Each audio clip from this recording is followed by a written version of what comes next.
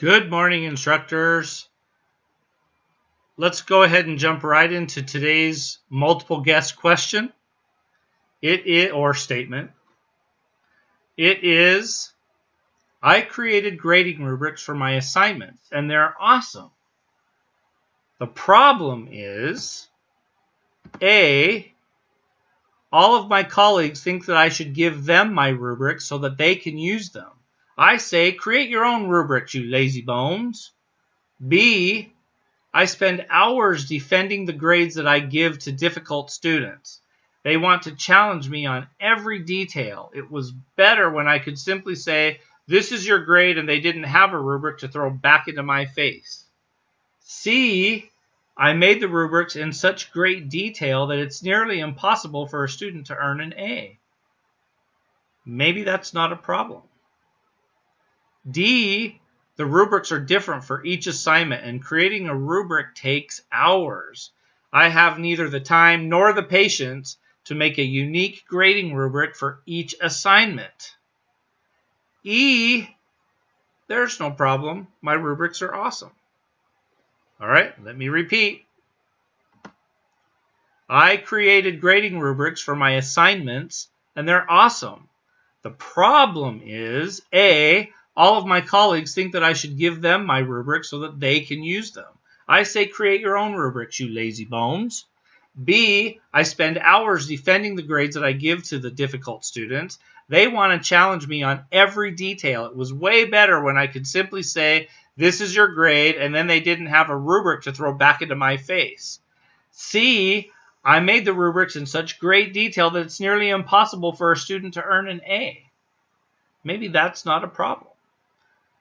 D, the rubrics are different for each assignment, and creating a rubric takes hours. I have neither the time nor the patience to make a unique grading rubric for every assignment.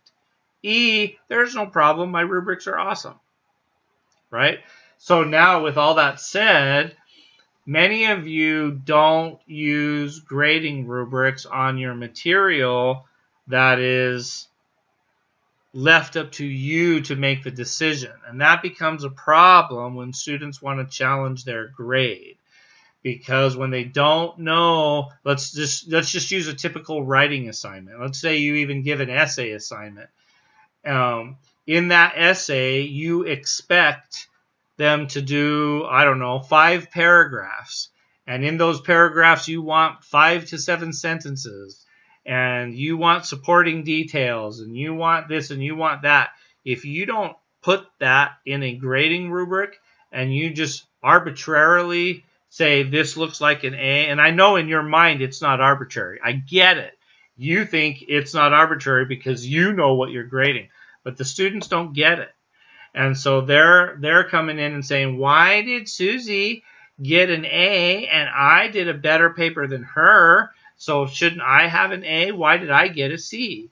And then you say, well, because. And then you start to list off the problems. And this is also a problem. You'll say, because your paper doesn't have this, this, this, and this. And then they're going to go and they're going to compare their paper with Susie. And Susie's paper might not have this, this, this, and this in it as well. But there was something about the way that she wrote it that connected with you in whatever form. And you ended up giving her a better grade. So I'm just saying, you might want to think about in your the things that you grade that have subjective grading that students could perceive as being arbitrary, that you might want to have a grading rubric so that when students do actually challenge you on their grade, that you have a clear sense of what the expectation is. So sometimes that's supposed to live in a syllabus. Some colleges actually want you to put that in a syllabus. Others want it in whatever, if you do a handout or if you do a specific write-up on what the assignment is, be clear about what you want. If you want a paper that needs 3 sources, say 3 sources. If you want a paper that says a minimum of 3 sources, say a minimum of 3 sources. If you want a 4-page paper, say 4-page paper and define what 4 pages means to you, right? How much of it can be title? How much of it can be what type of font they're going to use, what type of print they're going to use. All of that stuff leads to how you issue the grade. And when students want to challenge it, it's really tough for your department chair or the deans or whomever is the place that they take their paper to have the challenge to go along with when you say, well, this is the expectation, but the expectation is not clearly defined somewhere. So not only does it need to be defined in the assignment that you give them, it should be probably defined in a rubric. And I'm just going to add this to something to think about. Why not just give them the rubric? I know. Well, because then they'll write the paper, they'll game the system by writing the paper, wait for it, that I want, right? If you tell the students what you want and you show them how you're going to grade, hopefully they'll write that paper, and guess what? They'll have done exactly what you said. They didn't game the system. They earned their A because you set an expectation for them. You told them exactly the product that you needed. You told them exactly how that product was going to be evaluated, which is what happens in the real world. And then they stepped up and they met your expectations. Oh my God, that's mind-blowing, isn't it? All right.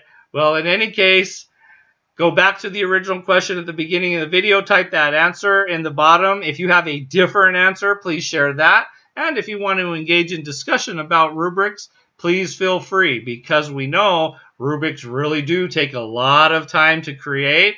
I know this because I wrote a book that has rubrics in in almost every single chapter. Every chapter that has assignments in it does. And so, and it was not an easy task.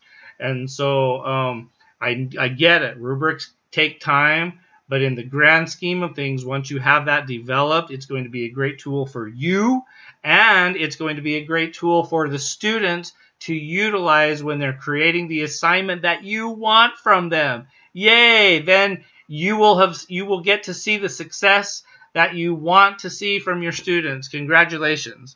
All right, with that said, I shall see you in the next video. Oh, don't forget, like, comment, and subscribe. All right.